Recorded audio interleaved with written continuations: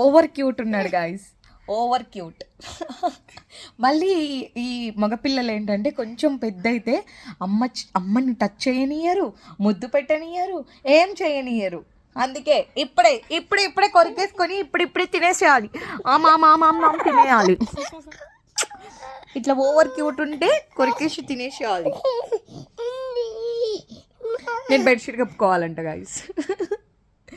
Over cute ఉన్నావు నువ్వు, over cuteness overloaded.